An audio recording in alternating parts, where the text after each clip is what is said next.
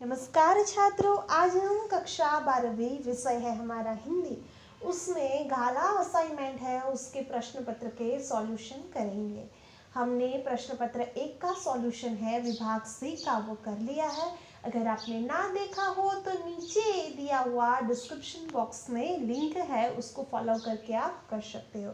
तो आज हम दूसरे और तीसरे जो प्रश्न पत्र है उसके जो विभाग सी है, ठीक है, उसका सॉल्यूशन देखेंगे। तो शुरू करते हैं प्रश्न पत्र 2 से।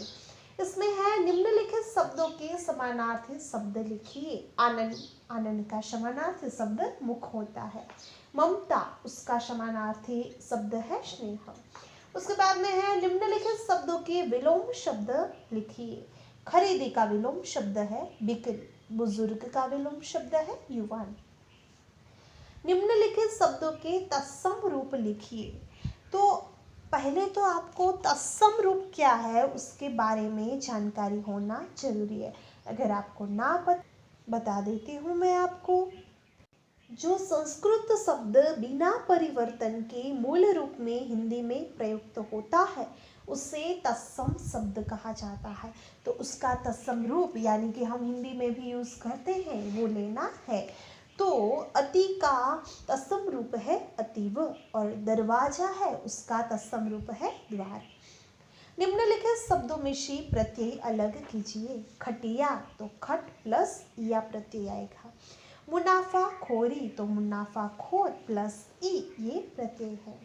निम्नलिखित शब्द समूह के लिए एक शब्द दीजिए। गाड़ी हाँकने वाला, उसे हम कोचवान कहते हैं। उसके बाद है हथेली और पहुंचे के बीच का भाग यानी कि कलाई। निम्नलिखित अशुद्ध वाक्यों को शुद्ध करके पुनः लिखना है। इस पत्र को कावेरी ने लिखा है। शुद्ध वाक्य क्या होगा? यह पत्र कावेरी ने लिखा है। कहावत का अर्थ लिखिए। जो बीत गई सो बात गई। अब जो हो चुका है अब तो उसे बदल नहीं सकते, तो उसका अर्थ क्या होगा? अतीत की दुख भरी बातें भूल जाना यही अच्छा है। नीचे दिए गए वाक्य हैं, उनके मुहावरों का अर्थ लिखकर उसको वाक्य में हमें प्रयोग करना है। वाक्य आप खुद से लिख सकते हैं, मैंने मुहावरे के अर्थ आपको दिए हुए हैं। जिसमें है श्रद्धेय होना, तो श्रद्धा और आदर से युक्त होना। फिक्रा परस्त होना यानी कि किसी को झूठी आशा में रखना। उसके बाद में है निम्नलिखित प्रश्नों के उत्तर लिखिए। 57वां, डाकघर किसे कहते हैं? डाकघर भारत सरकार के संचार एवं सूचना प्रौद्योगिकी मंत्रालय के अंतर्गत वह कार्यालय है जो जनता को मेल, पार्सल, धन हस्तांतरण, बैंकिंग, बीमा तथा अन्य खुदरा सेवाएं तेज गति से विश्वसनीयता के साथ उपलब्ध कराता है। इसके बाद में है हार्डवेयर किसे कहते हैं? तो हार्डवेयर कंप्यूटर की मशीन होता है। इसमें कंप्यूटर का मॉनिटर, कुंजी पटल, केंद्रीय संसाधन इकाई, माउस तथा मुद्रक आदि का समावेश होता है। उसके बाद है सूचना प्रौद्योगिकी का अर्थ क्या है? तो सूचना प्रौद्योगिकी को सूचना से संबंध माना गया है। सूचना प्रौद्योगिकी का अर्थ है सूचना का एकत्रीकरण, भंडारण, प्रोसेसिंग, प्रसार और प्रयोग। यह केवल हार्डवेयर अथवा सॉफ्टवेयर तक सीमित नहीं है। तो ऐसा उसका अर्थ हो रहा है। उसके बाद में कश्मीर के पर्यटन स्थलों के नाम बताइए। तो श्रीनगर, गुलमर्ग, डल झील, परी महल आदि स्थल है। अब यहाँ पे हमारा प्रश्न पत्र 2 है, उसका दूसरा है, उसका विभाग सी है वो पूर्ण होता है। अब हम प्रश्न पत्र तीसरा है उसका विभाग से देख रहे हैं, जिसमें दिया गया है कि निम्नलिखित शब्दों के समानार्थी शब्द लिखिए। श्रेणी का समानार्थी शब्द होता है पंक्ति या कोटि। चिकित्सा का समानार्थी शब्द होता है उपचार। अब हम देखेंगे निम्नलिखित शब्दों के विलोम शब्द। श्यामल तो उसका विलोम शब्द होता है श्वेत और मृदु का होता है कठोर। निम्नलिखित शब्दों के तत्सम रूप लिखिए। पत्थर का तत्सम रूप है पाषाण। हंसी का तत्सम रूप है हास्य। निम्नलिखित शब्दों में प्रत्यय अलग कीजिए। खनिज में खनि प्लस ज, ये प्रत्यय अलग होता है। गुलाबी में गुलाब प्लस ई, ये प्रत्यय अलग होगा। उसके बाद में है निम्नलिखित शब्द समूह के लिए एक शब्द दीजिए।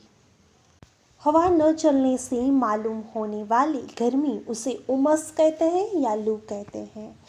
उसके बाद में है निम्नलिखित अशुद्ध वाक्यों को शुद्ध करके पुनः लिखिए। मैं बहुत थक गया हूँ।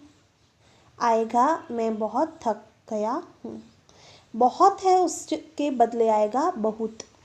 उसके बाद में है निम्नलिखित कहावत का अर्थ लिखिए। आसमान से गिरा खजूर में अटका, मतलब कि बड़ी विपत्ति से छूटे तो छोटी विपत्ति है उसमें हम फंस गए। निम्नलिखित मुहावरों का अर्थ लिखकर वाक्य में प्रयोग कीजिए। छाती पर से पत्थर हटना, यानी कि भार उतर जाना। वाक्य है, बैंक से लिए गए पैसों की आखिरी किस्त अदा कर देने पर फ्लैट मालिक के छाती पर से पत्थर हट गया। उसके बाद में है रोजी रोटी कमाना, यानी कि जीविका की व्यवस्था करना। वाक्य है, पढ़े लिखे लोगों को भी रोजी रोटी कमाने के लिए दर दर भटकना पड़ता है। अब हम देखेंगे निम्नलिखित प्रश्नों हैं उनके उत्तर। पर्यटन का क्या अर्थ है? देवदर्शन और मनोरंजन के लिए विभिन्न दर्शनीय स्थानों का भ्रमण करना, यानी पर्यटन। मनी ऑर्डर किसे कहते हैं? तो डाक खाने के द्वारा कहीं कुछ रुपए भेजने की एक प्रकार की व्यवस्था, जिसमें पाने वाले को घर बैठे रुपए मिल जाते हैं। वह पत्रक जिसे भरकर उस उक्त उद्देश्य से डाक खाने में दिए जाते हैं, उसे मनी ऑर्डर कहते हैं। उसके बाद में है मानवों के उन्नयन का महत्व क्या है? मानवों के उन्नयन के कारण ही उनका विकास शक्य है, तो यह उसका महत्व है। उसके बाद है शब्द किसे कहते हैं? अक्षरों के सार्थक गठन को शब्द कहते हैं। जब एक या एक से अधिक अक्षरों का संयोजन किसी विशेष अर्थ को इंगित करता है तब उसे शब्द कहते हैं। तो आशा है कि आपको ये हमारा सॉल्यूशन है वो उपयोगी होगा। So wish you all the best. Like share and subscribe. Bye.